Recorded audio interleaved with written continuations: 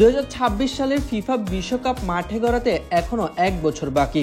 তবে এর আগেই আলোচনায় উঠে এসেছে বর্তমান বিশ্ব চ্যাম্পিয়ন আর্জেন্টিনার নতুন হোম জার্সি। যুক্তরাষ্ট্র, মেক্সিকো ও কানাডায় বসতে যাওয়া ফুটবলের সবচেয়ে মর্যাদাপূর্ণ আসরের জন্য আর্জেন্টিনার সম্ভাব্য জার্সির ছবি ইতিমধ্যে ফাঁস করেছে ক্রীড়াভিত্তিক পোশাকের বিশেষজ্ঞ ওয়েব পোর্টাল দ্য অপালিক এবং জনপ্রিয় ওয়েবসাইট ফুটি হেডলাইন্স।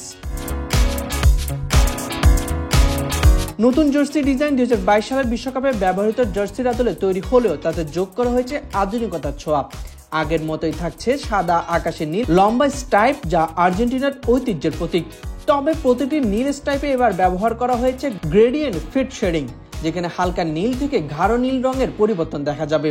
এই স্ট্রাপগুলো একদিকে 1978, 1986 ও 2022 সালে বিশ্বজয়ের প্রতীক হিসেবে ধরা পড়ছে, অন্যদিকে ফুটিয়েছে আধুনিক স্টাইলের আভাস।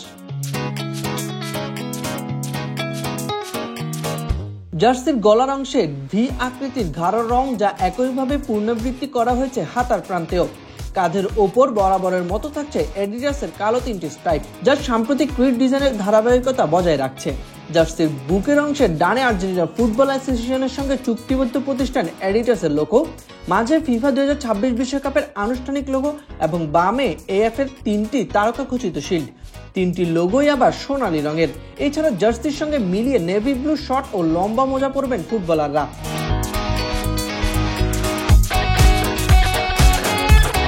আনুষ্ঠানিকভাবে এই জার্সি প্রকাশের সম্ভাব্য সময় হিসেব করা হচ্ছে 2025 সালের অক্টোবরের শেষ দিকে, এমনকি নভেম্বরে এটি বাজারে চলে আসার সম্ভাবনা রয়েছে। উল্লেখ্য যে 2022 সালে বিশ্বকাপ জার্সি উন্মোচিত হয়েছিল টুর্নামেন্টের 5 মাস আগে, এবার তা আরও আগে প্রকাশ পেতে যাচ্ছে।